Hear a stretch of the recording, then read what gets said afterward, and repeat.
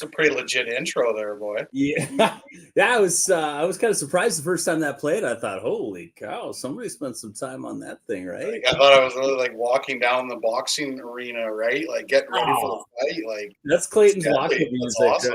awesome. Well, welcome to the show, Clayton. Great to have you. Thanks for having me, Joel. I appreciate it. Yeah, for everybody out on Facebook and YouTube, this is Ion Live with myself, Joel Nelson, and our esteemed guest, Clayton Schick. I'm excited to chat this guy up. We did one of these last year with Jay and Clay, and the only problem is that there was way too much knowledge to fit in one screen in one hour space all at the same time. Would you agree, Clayton?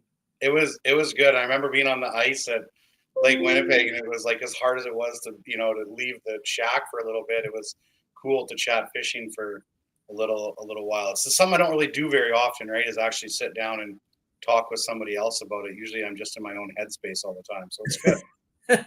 Yeah, it's kind of a neat format. I've been able to chat with a number of folks already this year, and really, it's just a stroll through the fishing space, kind of thinking about how we fish, the things that make us tick as ice anglers. And you've got a large following, Clayton, so I'm excited to fill folks in, help out fans that have questions too. So as always, if you guys have any comments or questions, we'll make sure to have Clayton answer them as they come. But first things first, I want to know a little bit about your history of ice fishing specifically. I know a lot about you from shows, YouTube, like all the rest of us, but I want to know a little bit about your history on ice. Did you just grow up ice fishing and have always done it, or what? Actually, no, ice fishing wasn't something I grew up with. I grew up fishing. I grew up hunting.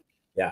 Ice fishing was something we never did at all. As soon as winter came along, it was like I was huge into hockey and snowmobiling. So that was what we did. Oh, And then nice. in 2009, on a mountain trip, sledding, I broke my ankle where I landed and my foot was facing the other direction.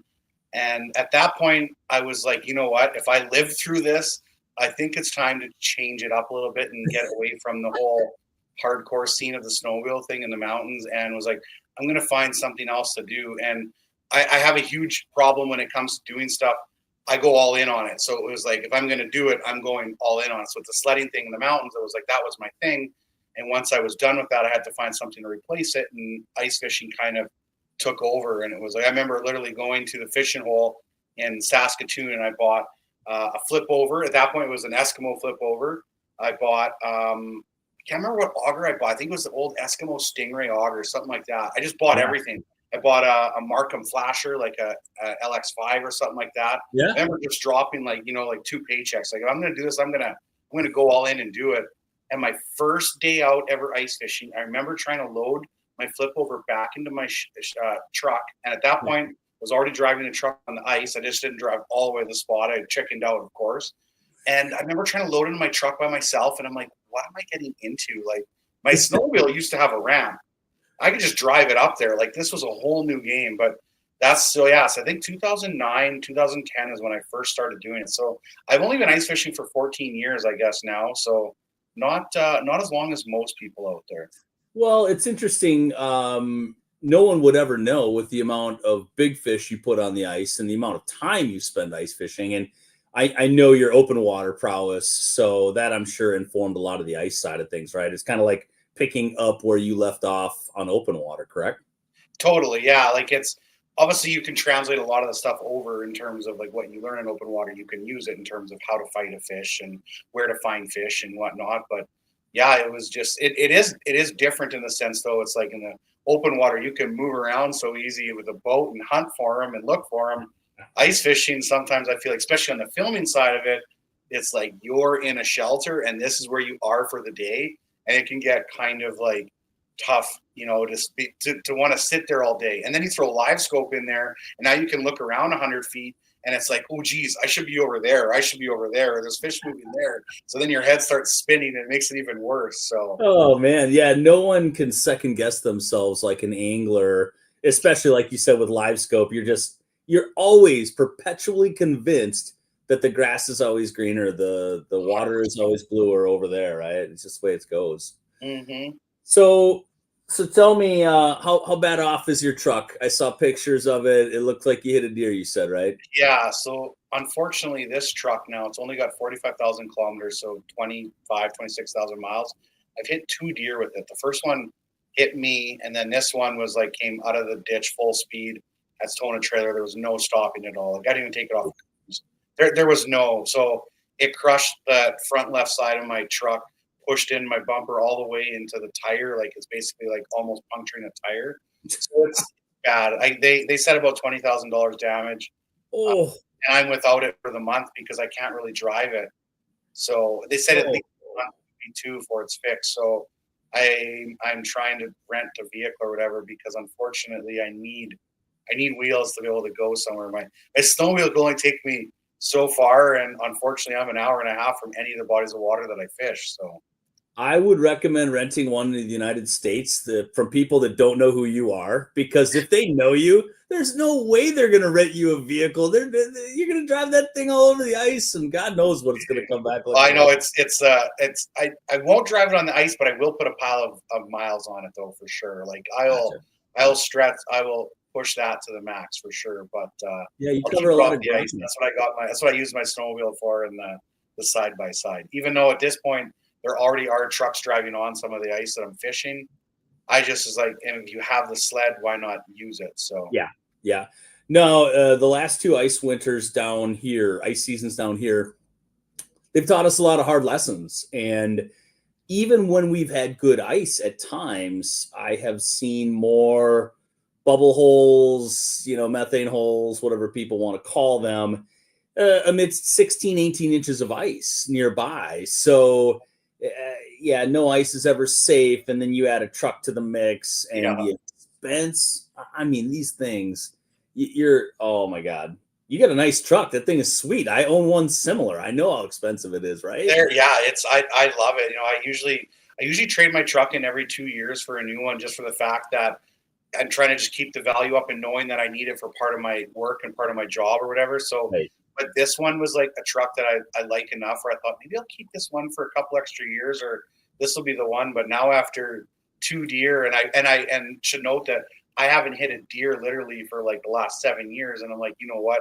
Maybe this one's a magnet. It needs to go. So It's funny. Is that a gas truck or a diesel? it's a diesel. It It's is a a diesel. diesel. Yeah. Mine is too. I've got the baby edition. I've got a 1500. It's a little bit smaller, but the mileage is great and still tows for what I need it to. Yours is 2500, right? 2,500. Yeah. Yeah. That have you had any freeze up issues with it on ice? Anything Like in like being the cold? truck itself freezing up? Yeah. No, nothing like that. Sometimes you get some that DEF fluid issues or whatever where it wants to freeze or the sensors don't work, but this one's been pretty good. Well, I think my not my last Duramax, but the one before, I think that one spent like a month in the shop at one point. They couldn't figure out what was going on.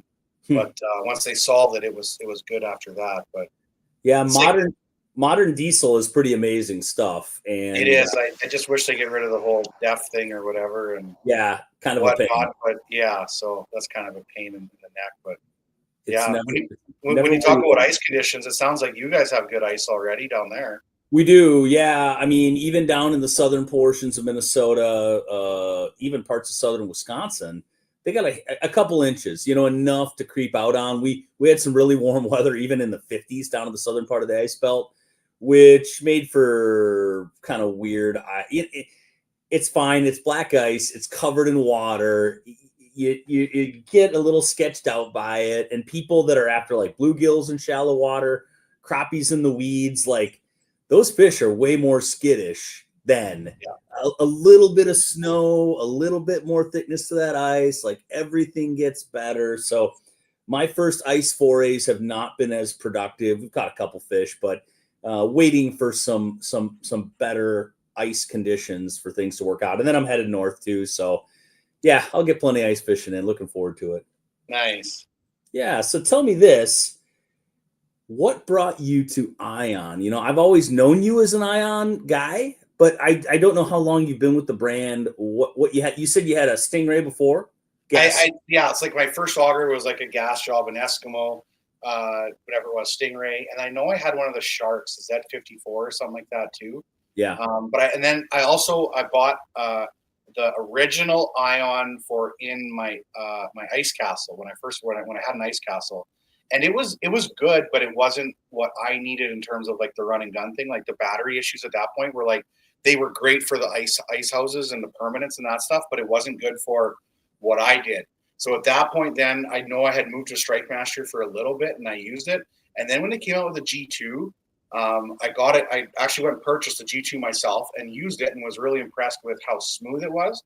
It wasn't as fast as a Strike Master. There's no doubt about it, but it was smoother. It didn't get caught up at the bottom of the ice. It was really nice. And then when the Alpha came out, I was like, "What is this?" Like, I just didn't think it was that possible, right? Like, right. I was blown away, to be honest. Like, because and not that the G2 or even the Strike Master, they're great augers, both of them, but it was just like it was next level. So that was. I think people that fish seriously enough, when they pick that thing up and they drill with it, you were always conditioned to believe that you could either have speed or you could have smoothness. You get one or the other with all these benefits, and there would always be a downside. And I can't find a real downside to that auger. It just does better than anything else I've ever used, right? And it's so light, but it's incredible. So to kind of answer more of your question, like, yeah, the auger obviously like helped bring me over, but I won't mention any names. But one of the guys that works on the artisan team, which is part of Ion, I had a really good relationship with him, even though I wasn't working with Eskimo or Ion at that point. And it was just like I always had conversations with him, and every time he'd be like, if you ever want to, make the switch or come over, he's like, we'll talk, we'll work things out. I just had such good communication with him and felt like he cared. He'd listen to me too when I came to him like with a product issue. Yeah. And he'd be like, okay, like let's take this to the team and let's figure this out, instead of just like, oh, okay, well, whatever, what do you know, and slough it off. He actually took it serious. And that's like when I talk about with Aaron and Jay in the past, was what we always care about is bringing good product to people. So if the companies want to listen to us with different ideas, it helps a lot. So because I'm not gonna promote something ever that I don't believe in, right? Like I might use it, but I just won't actually promote it. So it isn't our job so much easier too when we fully believe in it 1,000%. It's not promotion as much as it is, hey, I'm letting you in on something. I've used this. It's awesome. You should use it too. Not because this is a big promotional push from me, but because it really is like the best out there. And if that's important to you, you should use it, right? Yeah. And I think customer service is a huge thing with that too. Like I know of two guys that when they got their auger at first, one out of the two batteries would not work. And they called the customer service. They literally had another battery like within that week. Like obviously right now Canada Post is a gong show. It could take longer, but the customer service is everything when it comes to that and taking care of people, right? Like, and not just blowing them off. So, well, especially in season. I mean, we all have precious few weeks to fish when you really stack it up. I mean, everybody's like, well, it's the longest season in the world. And for you guys up in Canada, you do have a fairly long ice season, but it's sandwiched amongst Christmas and New Year's and family and all of these other things. I could have been ice fishing on Thanksgiving, but I was in Illinois, like there's all these things so when you do have an issue, like if we can't get it figured out for a month or two, like, wow, that's a non-starter, right? I'll go buy another one. No, and it's good. And Ion's always good with too, like giving me a couple extra sets of blades or even some batteries. So if I know somebody in my town that's having a problem, it's like, here you go. Here's a set of blades. Here's a battery. Like we'll take care of them. So it's nice when they use us to be able to kind of help people out when it comes to something like that too. So we've got a comment. We've got a comment from the Minnow Scoop. If you've been on social media, this is I don't know who this is, but it's the spiciest, but also potentially more relatable content regarding ice fishing on the internet. So I got to be careful. Next level for sure. Oh my God. I don't even know what we can share. We might have to just run away from this real quick, but yeah. Congratulations, whoever you are. Thank you. Yeah. Real life with Mike. Any tips or tricks for keeping the batteries warm when running gunning? And specifically, is keeping them warm a thing for you? Do you worry about that? As long as it's not like super cold, like I mean like stupid cold, freeze your hands within seconds of taking your gloves off. I don't do anything special. I've only had one time in the last 5 years when I've got somewhere and the battery wouldn't work. I had to put it next to the big buddy heater for a bit. And I went back and thought about it. I'm like, oh yeah, I loaded the truck the night before and I Mm, put all my gear in there, which didn't help. If usually when you get to the lake and go to your spot, it's going to be fine. So for the most part, is like when you get to the lake, do whatever you got to do. But after you drill, take the battery and put it inside your shelter, right? If you're going to drill again later. If you're going to go out all day and running gun with no shelter, that's when you can get like those ion little battery cases, the battery cases, and throw a couple of hand warmers in there. I use some from Amazon for all my GoPro batteries and all that. They're electric, power them on, throw them in there, and it works. But I'm a fair weather fisherman in terms of I'm not going to fish outside when it's -20. Not only because it's hard on me, it's also hard on the fish. I don't believe in that at all. Of yeah. having to fish outside when it's frozen out. So, but I don't have to do a lot to keep the batteries warm. They seem to be good. The only thing I'll notice is if they're really cold, sometimes they'll cut out periodically. Like you'll be drilling, it'll cut out. You'll drill and it's cut out, and that's because your battery is just really cold. Yeah, I didn't have it happen to me in 2 seasons until one time. I don't know if it was last season or the season before, where it literally was 32 below air temp. And to your point, it wasn't on my person. It wasn't in my truck. It had been in the back of my truck. Yeah, And then I had an issue. But other than that, I've been kind of impressed with the fact that I've just not even thought about it. I yeah. haven't even really considered it. It just kind of it always works. So maybe I'll get burned by that eventually. But if it's that cold, to your point, maybe we shouldn't. Maybe we should be reconsidering what we're doing. Well, I've had too much stuff break when it's that cold. Like it never goes well. It's like even when it's -30 Celsius and we're out there and it's a wind chill, it's not even warm in the tent. It's like, what are we doing out here? Like, really? Like, there must be a video to edit or something. Like, There's times where as hunters and anglers we think, and it's like, weren't we doing this for fun? Like I thought we're supposed to be having fun, right? yeah, totally. We've got Half Done Outdoors. Santa just got my Alpha 10-inch in the mail today. I think the impressive part about a 10, you probably drill a lot with a 10-inch auger, don't you? I'm pretty much all strictly 10. I do have an 8-inch fighting for stock trout or perch or something like that. But even when I did a stock trout trip this year, I got there and I fished all day. And at the end of the day, I was like, oh, I didn't even have my 8-inch flighting on. Like this, that would have made a lot easier to bring the fish up in the hole and whatnot. But I run a 10 almost for anything, like all the time. I just like a little bit bigger hole. And I think when you're talking about using the Alpha, you're not losing that much going to a 10. It's not, I mean, it's got to be barely slower, if at all. And then on top of it, because it's so smooth, it's just not like it used to be where you had to lean over the thing and get ready for the kick at the bottom of the hole, you know? Man, I remember hauling around that giant auger and yeah, if your blades were a little bit dull, you were just trying to like push down and get everything you could out of it and probably hurting the auger in that sense too. But Right. yeah, if it's like the biggest thing with the Alpha is like if anybody's like mine doesn't want to cut right or whatever, I have to push on it. First of all, don't push on it. You'll ruin your flighting. It's an instant sign that your blades are just too dull. Yeah. Like, Yep. and it happens so fast, especially early season when you get the wind and there's no snow on the shore yet and it blows a little bit of gravel on the ice. Or people are driving. A lot of people don't realize it's when trucks are driving steady on the ice and then all the stuff that falls from their truck. Yeah. As soon as you drill there, like you catch one stone, one little sand, and your blades dull so fast. And it changes the performance quickly. Big time. And blades are such cheap insurance. I mean, wherever you buy your auger, just grab an extra set of blades and always keep them on you. Keep them with your bait. Keep them wherever, because man, you talk about a ruined ice fishing trip. I had that happen to me on Lake of the Woods once. Drilled on some sandy ice near Pine Island, and oh man, I was running into town hunting for blades, and of course, everybody and their brother had bought the last sets. You know, Yeah. so it's I always have a set of extra blades with me for sure. And now it's easy too because in the package they always send you an Allen key too. So it's like you don't even need the tools to change it. You know, it's pretty simple. So, and if you do lose one of the screws out of the first one, you at least have a second go still. So it happens so quick outside. Spoken from a man with experience. You've been there, haven't you? Oh, yeah, for sure. Kyle Bouvier says only reason I bought an Alpha is because of Clay. So that's Awesome. very cool. Nice work. Also got a comment from Kevin Rempe. Best overall frostbite rod would you recommend? Overall, if you had to only get one of them. If I could only pick one frostbite rod, I probably would take the True Grit.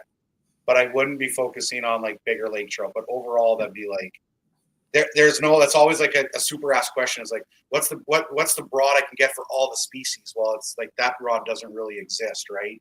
And it's not so much species. It's more so like sizes of baits. Rods are set for certain sizes of baits. There's rods that are great with the super tiny baits, the 1/16 ounce, whatever they get, 1/32, and there's rods that are really good for 2-ounce baits.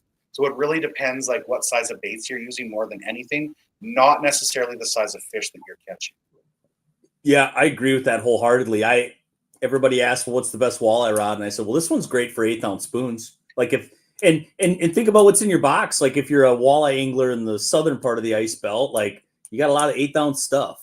Totally. What fish is an 1/8-ounce spoon? Well, think in that direction, right? Yeah, it's all about matching your rod to your bait size, not necessarily the size of fish that you're going after. That being said, of course, I don't want to use an ultralight panfish rod for a big lake trout. Like there's that common sense thing that goes in there too, but it's about matching your bait to your rod more than anything. I like it. All right. Going back to Minnow Scoop, great question. What's your guys' take on what you've seen so far with Mega Live 2? I have no comments. Is this a trap? This is a trap for sure. I'm sure it's going to be good. I'm sure it's going to be an upgrade for what they have. I just still can't get past of the whole when they preach about having a unit that could be upgraded forever and you'll never have to get new hardware, and then literally to put out new hardware. So they kind of put their foot in their mouth for that, which they shouldn't have did. It's whatever. So my take so far is that it looks like it might have finally caught up to the LVS 34, maybe, but it still looks like it's a little bit behind from what I've seen. So yeah, it's hard to say. It's hard to say without having time on the water, because exactly.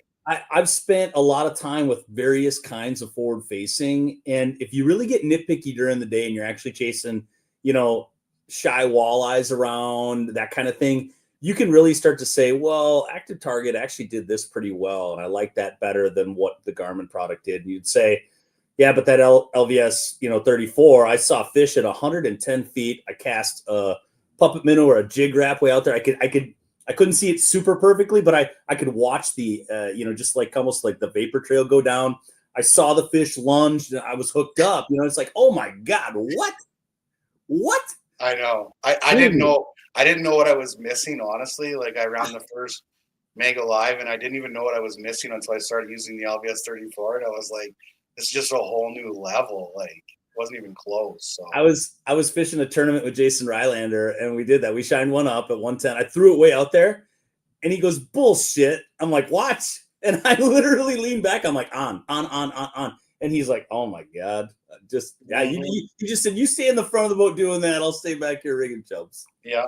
I think the biggest thing though, the Minnow Scoop, is that what I always tell people is that what I always said with the original Mega Live 2, any live imaging is still better than no live imaging. That's the 100%. Biggest thing I can say. So, well, and if you're integrated and Humminbird is your system of choice, there are some positives there, right? Especially if you're going back and forth, front of the boat, back of the boat. If you want that seamless interface, there's positives there, right?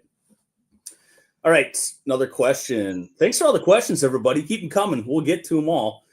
Jory Dull, picked up my G2, runs flawlessly compared to my old Strike Master. Battery-wise, numbers of holes drilled, durability. Yeah, all of the above, right? That's impressive. Yeah, the G2 is like, I know what there was like, because the G2 was out, and then all of a sudden it was like the Alpha came out like 2 or 3 years after the G2 was released, and I got so many questions from people, is the Alpha like that much more of an advantage? And what I was always telling people, like, it's basically faster. It's a tiny bit lighter, and it's faster. So it's like, I told them, I was like, if you could sell your G2 for a good price, then it's worth going for the $100 or $200 upgrade, right? But like, it wasn't like I didn't tell somebody, like, oh yeah, your G2 is useless now. You got to start, have to get the Alpha, and that's it. The G2 was a great auger. I was very happy with that one.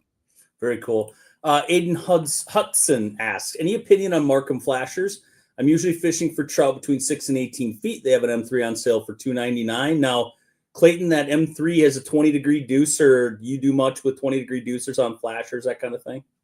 I have about this much flasher experience in the last 3 years. Sure. Going like I know I was running an Ice 55. I don't know what their degree of flasher or like the degree is, but my original flasher was a Markham. That's all I know. So I know very, very little about it. So you'll probably be able to answer this question better about how good it is or whatever. But Yeah, I've run the M3. The prior unit was the LX3. It's been around for a long time. Like probably we're talking better than 20 years here.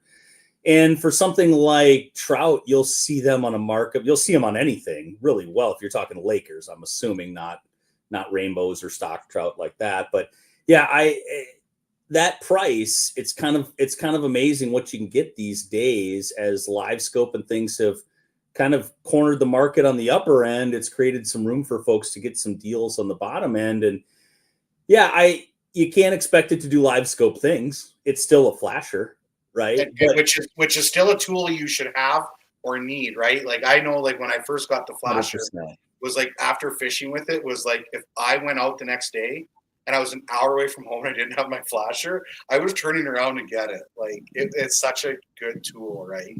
It is absolutely. And to the point of folks that are trading in flashers for live scope, Clayton can probably get away with it on big Lakers and big walleyes because like the bait show up well, the fish are so big. But for like me chasing bluegills or crappies, if I got 3 fish coming in tight on live, I don't have much resolution to see what's going on.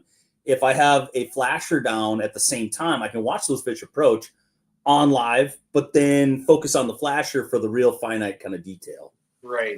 Yeah, I'm sure too. Like the portability and hole hopping, right? Like that's Yeah. the one disadvantage with the live image. Although I've been playing with the new Panoptix PS22 Ice version one, that's like literally like a flasher but live imaging. It's pretty cool. Yeah, no doubt. Dusty Rhodes said, PU the Markham, me Aiden, it's a great unit. Lithium battery if you can. I think that's to your point, Clayton, about hole hopping. Like Lighter, right? Like, yeah, probably only need like a 7 amp hour lithium for something like that, right? Like, yeah, that's slick, and you'll have runtime for days and just be like, wow, this is awesome. yeah. Real life with Mike. The only time live scope sucks is when there's tons of fish and they are biting, like right now. I don't have that problem, Mike. I don't know what you're talking about. I see fish, I catch them. It's easy, right? Like, I don't know what you're talking about. Live scope catches fish for you. I do not know what you're talking about. We want to see Clayton's cutting room floor. We want to see the clips that never make the cut, right? There's lots. Mike, you got to update us on where you're fishing, what you're up to. We won't steal your spot, I promise. But curious if you're out here chatting with us and you're fishing. That's a pretty cool deal. So, all right. My questions. We've made a little break in the action for some of my questions. I know you, Clayton, as a big fish nerd. Like I have seen more pictures of you with big walleyes and big trout than about anybody else in the industry. I know you obsess over those things and you're fishing great water, but doesn't matter. There's small fish in great water too. You are a specialist for big fish, but I think that big fish are a different beast altogether, right? Like you plan for big fish, right? Usually, like I always want to hunt like the biggest species that lake has to offer. Usually, right? Sometimes obviously I'll go to the lake that offers the biggest species out there. But that's my passion for sure. It's like that's my adrenaline rush is hunting big fish. I'm okay with sitting out somewhere for 3 days and not catching anything or anything of size, right? Like the hunt for it. I don't know. That's just what drives me for sure is like going after it. Yeah, I get a fish, great bodies of water, but there's a lot of time that's put in with it. I just got back from a walleye trip and it was like the first day was awesome. We got a couple 28, 29-inch walleye and it was 3 days of like some of the slowest fishing that I've ever seen. And then all of a sudden the last day again in the morning, we pop a couple really nice fish. But I like the hunt for big fish. That's kind of been my thing.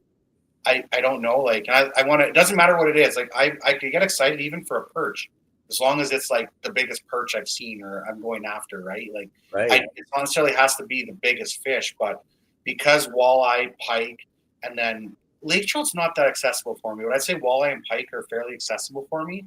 So that's what I'm known for most on YouTube because it's the closest access for me. I don't have to drive an hour and a half or 3.5 hours instead of going somewhere. Like I've never caught a crappie, Joel, like, which is crazy. Never caught a crappie. I've never caught a bluegill. I was going to ask you that. No bluegill ever, huh? I've never caught a bluegill or a crappie. I know, like, and it's not because I don't want to. I don't want to do it. I do want to go after him. Yeah. It's so far for me to go for it. Like, so I have to literally drive 8 hours for a crappie. That's going to be something I want to fish for. I'm sure I can find something a little bit smaller within 4 hours. Yeah. But I want to go after the biggest of the bigs. So yeah, I'm addicted to big fish for sure. That's cool. I think you made a very interesting point about being willing to sacrifice, not putting a bend in the rod for at times days. That's totally dedication. Yeah. That's dedication.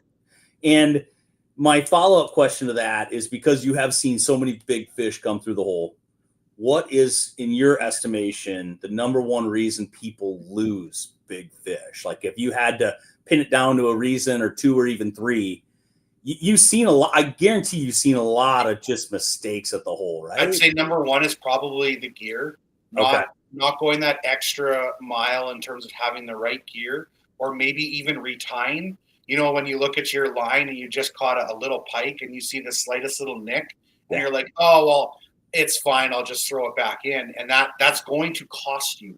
You know, like details will definitely cost you if you don't take care of all those details ahead of time. It'll cost you down the road. I'd say the second biggest thing I'd say the mistake I see, especially with ice fishing, it's people pointing the rod at the hole and not keeping it level and letting the rod do the work, because they're just excited to look down the hole and see what it is and see what's going on. And the moment you point your rod down at the hole, your rod has no more bend in it. Your line is basically straight. And when that fish tries to run, that hook just pulls out. Those rods absorb so much of the head shake and makes the whole fight forgiving. So not keeping your arm up a little bit higher. Like when I go to my knees and I keep my rod up higher and level, so that rod has bend in it and it can do its work. Especially as people are running less monofilament and more fluoro with less stretch. Like you need that rod as the shock absorber, or you're pulling hooks, or yeah. And don't grab the line too soon. Like I know even like I have a video coming out tomorrow where I did a competition versus the Fishing Geeks. We did a top 3 walleye, and Adam catches a big fish, and it's hooked funny, and it looks like I'm grabbing the line and pulling it, but I'm not. I'm only leading it and kind of guiding it, right? I'm never actually grabbing it. Never grab the line with your fish at the hole, because like Joel said, there's no stretch in that fluoro, or there's very little stretch. Yeah. There's not enough when there's only a foot of stretch, so you'll pull it out like instantly. That's a great point. I was going to ask you, do you even grab the line at the hole at all? It sounds like mostly the guide. You don't grab it, you just move it around. I don't. Yeah, you don't ever grab that line. You just lead it. You can lead it or whatever, but don't grab and pull up. I remember one of times up north at Baker's Narrows with a lake trout. I remember being stuck around the underwater camera. I remember trying to grab the line and pulling. I literally just pulled the hook straight out of his mouth, and I'm like, what am I doing? It was like that moment. I'm like, you can't grab the line, Clayton. Like, you should know better than that. Yeah, you just have to let the rod pull up. And if it's a heavy fish, the drag's going to slip as you're pulling and you're pulling. Just let it do its thing and let the fish find the hole. And yeah, but details of the gear and fighting it properly around the hole. You're going to lose a bunch before you land a bunch. It happens. That's how you learn, right? Part of it. I see a lot of fish lost in wheelhouses because anglers are literally either trying to flip it up onto the level, or they're trying to, like, they're putting so much stress on that thing, and you're picking half of the walleye's weight into the air. And I'm like, no, you got to get down there. Yeah, you gotta grab that thing. As soon as you get their head above the ice, the water at all, like level with the ice, there's no more of that like underwater buoyancy. Underwater, you can pick up a 300-pound weight, and it's like, oh, this is easy. But as soon as you get above, it's like whoosh, right? Yeah, so that's the same thing. Like you get that head there, you got to get down there and grab it like right away. So that's why when you're on your knees, keep your one hand up and then be able to grab down with the other. We've got an update from Mike. Red River in Manitoba on an overnight. This river hates me, which sounds like a country song. Something like we could. Right. This body of water hates me. I've heard it before, right? Like, eventually, Mike, you might have to say maybe it's you, right? oh man, we're spitting hard tips here. It's just the truth from Clayton. I like it. All right, Jake asks, do you have any tips for someone that's trying to become an outdoor fishing, hunting influencer like yourself, Clayton? What do you think? This is a good question because I actually had like an hour-long conversation with a good friend the other day, and they're trying to kind of do the same thing. And the biggest thing I told them was be willing to put in a lot of time, like it's a lot of hours. Be willing to do your first couple of years, or maybe 3-4 years, even more, of not getting anything back in terms of product being paid, whatever. Be honest with your community. Don't mislead them. And be willing to deal with the negativity and the hate in a different way of not always responding. I'm bad for sometimes going at somebody after they come back with a negative comment or whatever, but for the most time, it's like you just kind of move on, because if you get 99 good comments, you're going to get one that's like a bad comment.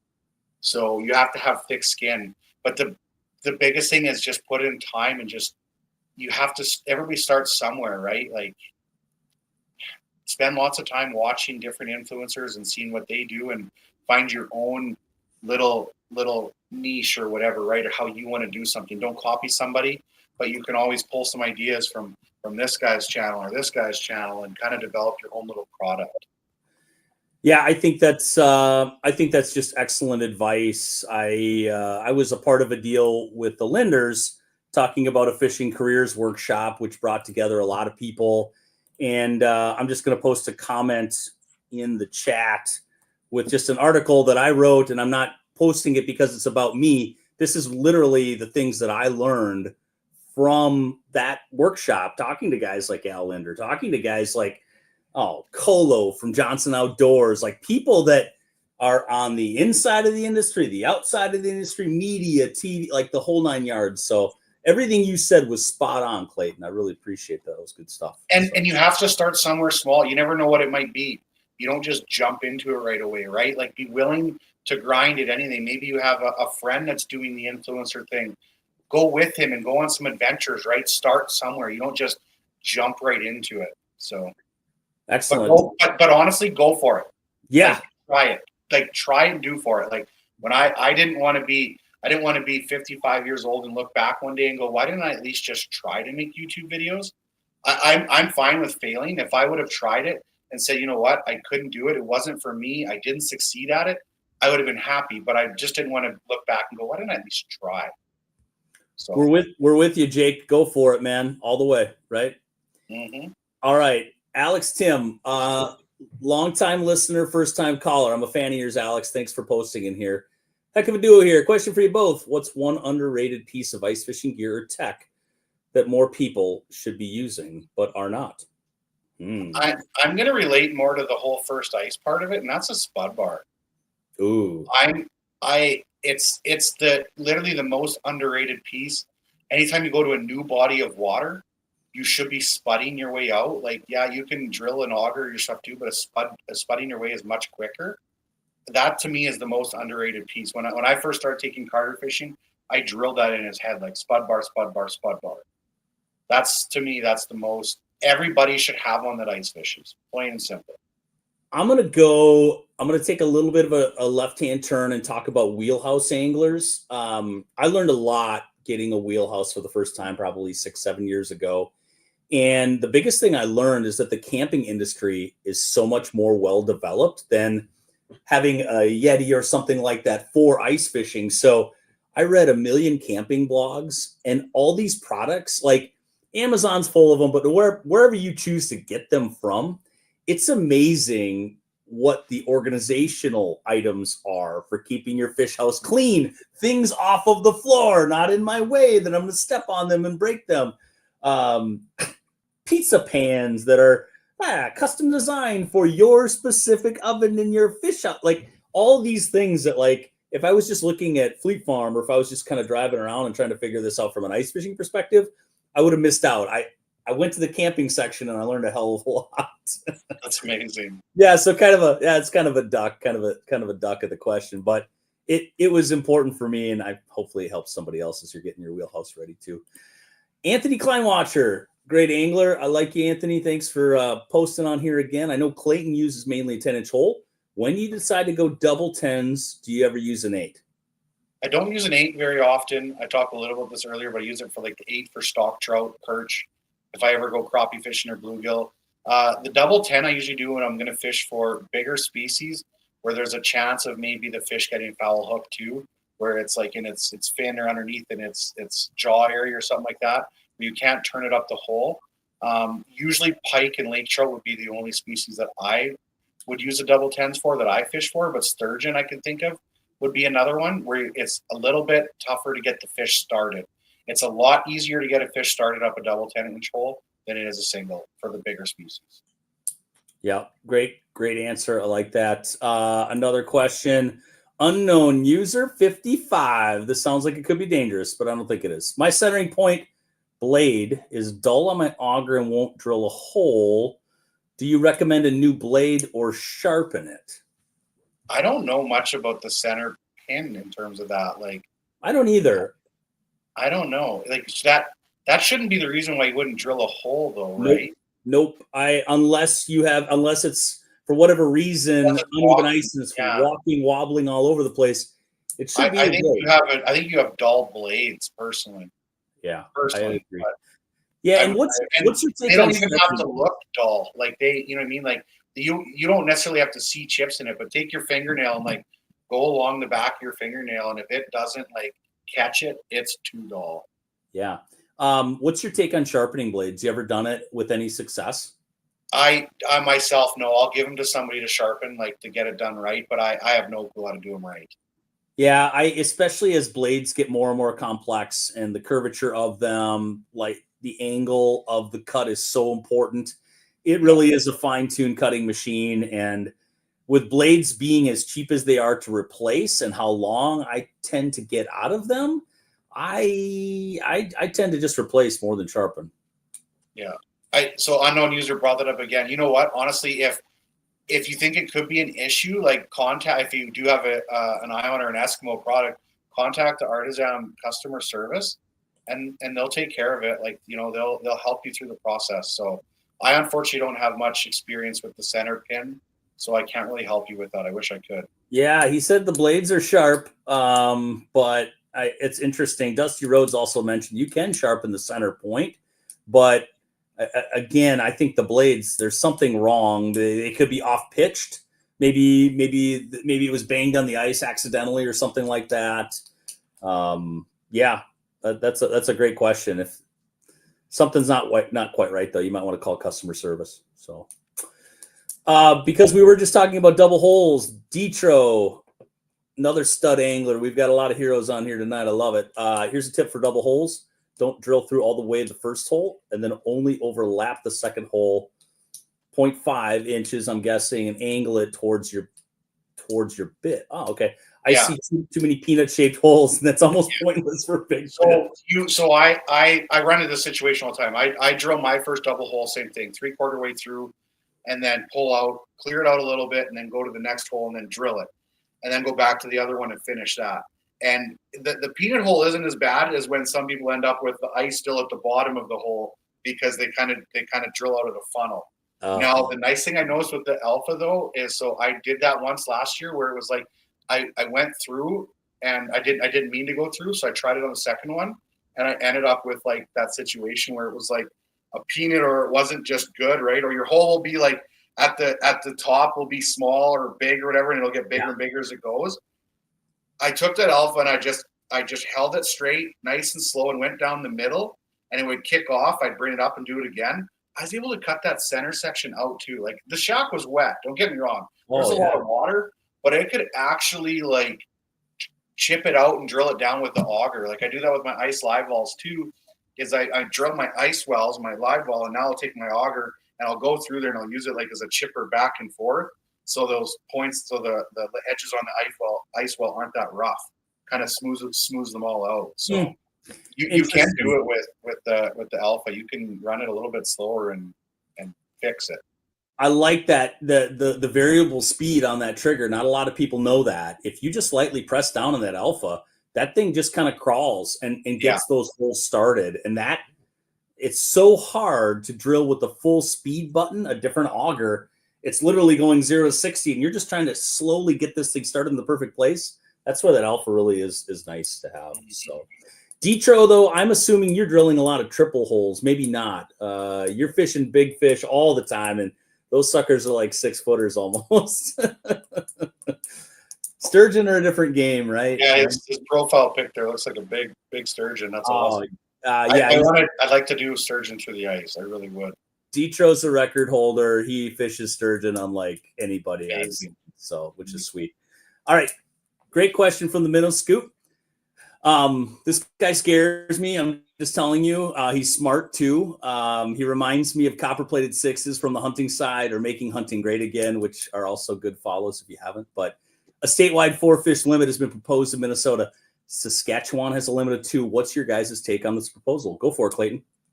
It's Saskatchewan. We're 4. We're a 4 limit fish for walleye anyway. Yep. There's 4 fish for a day out is great. I think it'd be almost neat to see. I know Alberta's gone to like a tag program for it when it is, because it's like somebody that gets to fish every single day gets to keep a pile more fish than somebody that only gets to fish once a month or whatever. So like as myself, I limit myself to not take a limit every time I leave the lake because I got to fish a lot. So I can destroy a fishery a lot quicker than somebody could that maybe only fishes once a month. So I think it's a lot of like, people have to kind of self-police themselves with it, but it gets pretty hard like that. Obviously you get greedy people, but I think a smaller limit isn't bad, obviously, for most places. I don't think a 4-fish limit is bad at all. Like I know Winnipeg or Manitoba recently went from a 6-fish limit to a 4, and I don't think it's a bad thing for that lake at all. Yeah, I'm a big fan.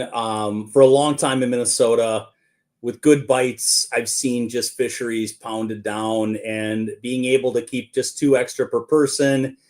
You have a couple more people in the boat. People are making return trips. That extra amount of fish really does add up. And to the point, like you were talking about, just keeping a couple each time. Like when you go to clean 6 walleyes, unless they're like 13, 14 inches, it is so much flipping meat. I mean, it's a lot of meat. It's a lot of meat. And unless you're trying to, unless you're trying to hold the Lutheran fish fry, for the whole congregation, I think I think for the most part, a couple walleyes really does most people well. So I'm all for catching more walleyes and putting more back while still being able to keep a few. And I think the 4-fish limit does that for us in Minnesota. I honestly really like the selective harvest side of it. Yeah. Like I'm really good for letting fish go that are hooked outside of the mouth or hooked cleanly. Yeah. But like if I catch a 23-inch walleye that's like got hooked and it's bleeding, I'll take that one fish out for the day instead of letting it go, and then not keep any other fish, right? Where I know that one walleye was going to be as what 3 17-inch walleye would be. I'm like, okay, that's the one fish I'm going to take. So. Yeah, no, that's excellent. That's really smart to think about your take. I think I see a lot of people release 21 to 26-inch walleyes that were incidental, but maybe deeply hooked on live bait. Or to your point earlier about cold fins, you try to take a picture in the snow, they're dropped down their head, and then we send them down the hole, and it's like, you should have just kept that one and maybe let a lot of the other ones go, right? Totally. Happens all the time. All right. Unknown Legend 55. Have you caught every species in Saskatchewan? I don't think I have. I know for sure I've never caught a bigmouth buffalo, but I saw that question early, so I was trying to think of the other species that I might not have caught in Saskatchewan. Maybe 1 or 2 of the sucker family that I haven't caught, but for sure the bigmouth buffalo. I've caught any of the fish that are like people like to target as game fish, though, for sure. But I haven't caught everything for sure. I know that. Will there be 39 hours style weird fish quest that you guys all go on and catch only the odd ones or something? You never know. Like I've always thought about that, like trying to do like some kind of different like video series where it's like I try to target every single species in Saskatchewan or whatever, and Yeah. it could take years to finish, and maybe that's something, to try or whatever. So the other day when we were ice fishing, we had so many carp come by us, and like all I could think about all day was like, how can I find a way to target these carp through the ice, right? Like this would be really cool video if I could do something like that, because there must have been 200 carp by the end of the day, right? It's just insane how many we saw. So I I can't remember if I've ever even seen a carp brought through the ice. I mean, I'm sure there's a way to get it done, but it would probably be early ice where those fish are still pretty active.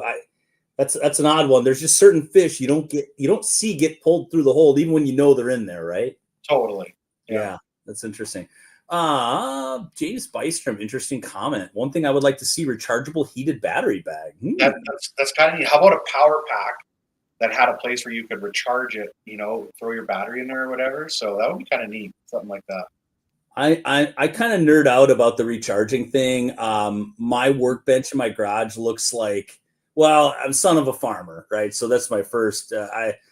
There's just junk everywhere and cords, and you get back from an ice trip and it's just terrible. But I've seen these beautiful racks and wonderful stations where everything has its place. So I'd be a nerd for any kind of product that helps me do those kinds of things and stay organized too.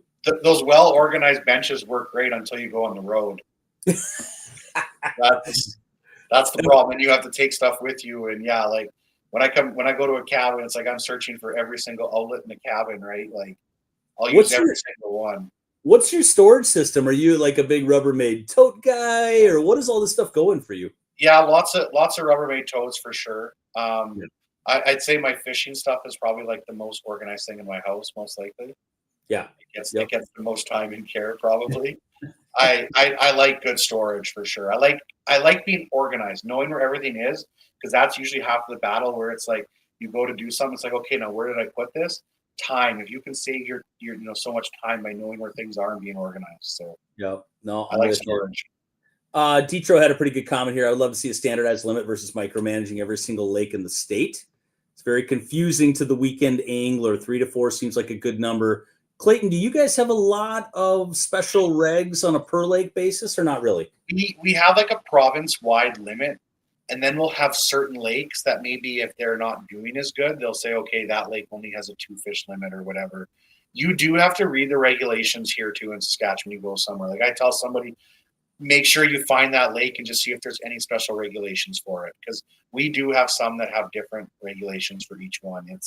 It's something that has to be done, and lots of lakes are different for different sizes of slotfish too.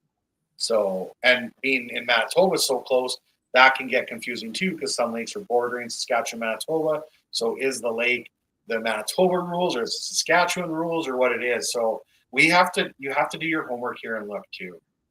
It's so easy online too to search it.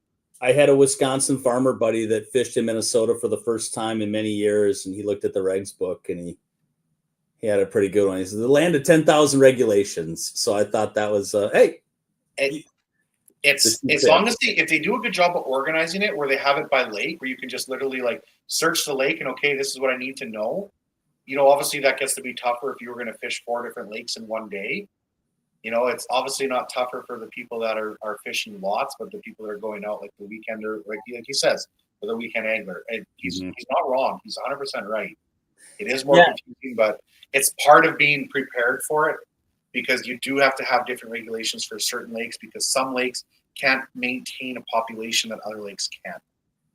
Yeah, along the regulations take, Minnow Scoop says, I think the special regs on panfish has been a huge positive for Minnesota. I would wholeheartedly agree. There was a lot of concern about people like, oh, well, there's just the list of the biggest bluegill lakes in the state. Go at them. So there's that. But they've definitely been able to show some positive effects there. So that's cool. All right. Clayton. I'm learning where this guy is from slowly. I'm going to figure out one day who this guy is. Yeah, he's in the Brainerd area. I'm going to figure out who he is. We're going to hunt him down. We'll figure this out. We'll get it taken care of. It'll be our little secret. I like it. We only have a couple minutes here left with you, Clayton. Maybe give us a little preview to what you got coming up next in your YouTube channels. Any planned trips, some cool things, neat tidbits you can share with us, but don't reveal it all. But I'm interested. I want to know where you're headed next. I want to know what's going on. For the most part, I don't know what any of my plans are because I usually watch the weather and see what it is. I'm going to try to do a big lake trout trip again this year. I think I have an opportunity to go do a fly-in lake trout trip, that a lake that never gets ice fished in the winter at all. So I think I'm going to try to get up there. I shouldn't say at all, very often, or very little, never gets fished. I'm sure there's people that ask. Tomorrow, actually, I have a video coming out where we did like a mini game of inches, basically, where I had a partner, and then the Fishing Geeks, Sean Conrad, he had a partner, and we did a top 3 walleye competition for the day. So you have to watch both kind of channels to see like what the, even though we give away the end results for both of them anyway, but there's still some mystery involved with what they caught and how their day was. So it's basically like a mini game of inches. We tried that, and I think that I'd like to roll with more of that in the future. I know I've talked with Nick Linder a little bit, to try to do something with him possibly at some point. Mike Klatt in Winnipeg, just have that where it's like both channels are doing something, and you have people going both ways. So as far as that, my truck definitely needs to get fixed before I can do a lot of like bigger trips. I might be a little bit limited. I'm not sure. There's a tournament going on a local lake right now on Fish Donkey called Lake of the Prairie's Ice Cup, and it's like a $40 entry fee. It's small, but it goes to the Inglis Daycare, and then they have their first prize is actually an Ion Alpha 8-inch auger. Believe it or not, that's their first prize.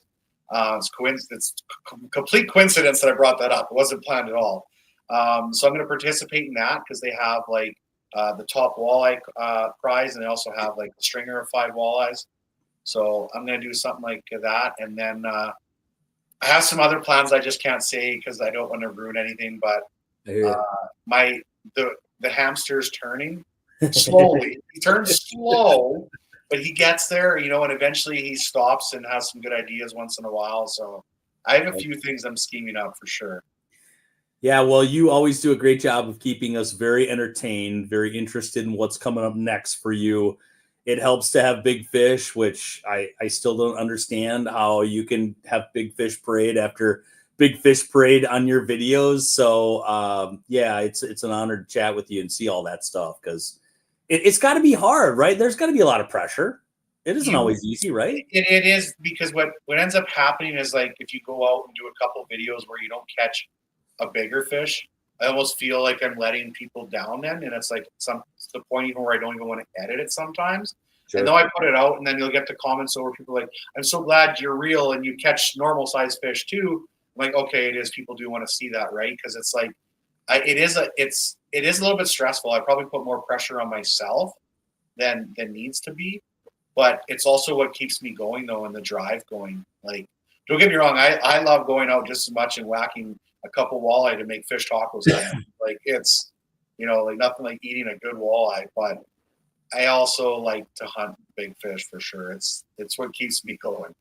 Yeah, do you have a guilty pleasure? Do you have a type of fishing where you will abandon the big fish hunt and you'll just go and beat on smaller fish? Is it walleyes for fish tacos like you're saying? I would say walleyes, but it'll be at a point like if I go out all day and like I know I'm not going to get a video done or something like that, and I'm struggling, I'm like, okay, let's go try to get a couple walleye to at least take home or something like that. So,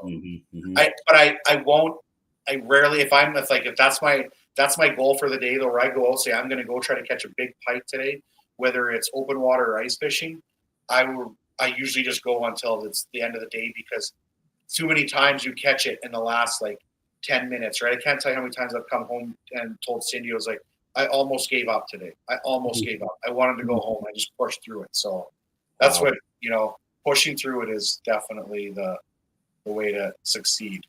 That's awesome. No, that's great. My last question for you is when are you going to fish saltwater again? Because some of the stuff you and Jay did back in the day, the Goliath grouper stuff and just some of the other shots, it was epic.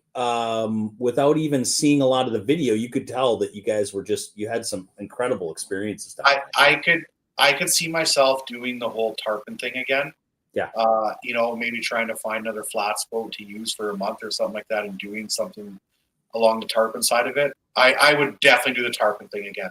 I'd go tackle another Goliath grouper, but the tarpon was by far those 3 winters where we went and lived in the Keys, like that was some fun for sure. And it's good timing because usually it's right at the end of the ice fishing season, and then it's before the open water season for us. So, but you might need to work that into the retirement plans here eventually. I'm sure something like that will happen for sure. Cindy begs me every day to go somewhere where it's warm, so you never know. The Keys are pretty expensive though, right? Like it's probably a little different even now than when you were down there last. I'm sure it is for sure. And I know the first winter I ever went down, I actually went and bought a boat too. I bought a boat and rented a condo and was like, okay, I'm just going to make this work, right? Like it's only money, and you take loans out and you pay them back slowly, and dig yourself further into debt. That's like awesome. We all do. So yeah, I do want to go saltwater fishing again though. Yeah, a lot of just a ton of good things to say about you, Clayton. I'm a fishing bum too. I don't get to live that life like I did at one time, sleeping in waders at at a public access somewhere and getting bit by mosquitoes all night just to be there for dawn or whatever. Like those are the kinds of things that I think we'll always make memories at, and cool to hear your stories. Thank you for sharing all your knowledge. Anything else you want to share? Where people can find you, the best places to check out all your stuff? Just YouTube, just search Clayton Schick. If you've never seen my stuff before, just search my name on YouTube and just be willing to put up with a donkey that's fishing. That's about it. Well, thanks again for your time. Thanks everybody for joining in. Thanks for all the wonderful comments. You gave us a lot to chat about, and look forward to seeing you again someday, Clayton. Thanks again. Thanks for having me, Joel. I appreciate it, buddy. Take care, man. Bye-bye.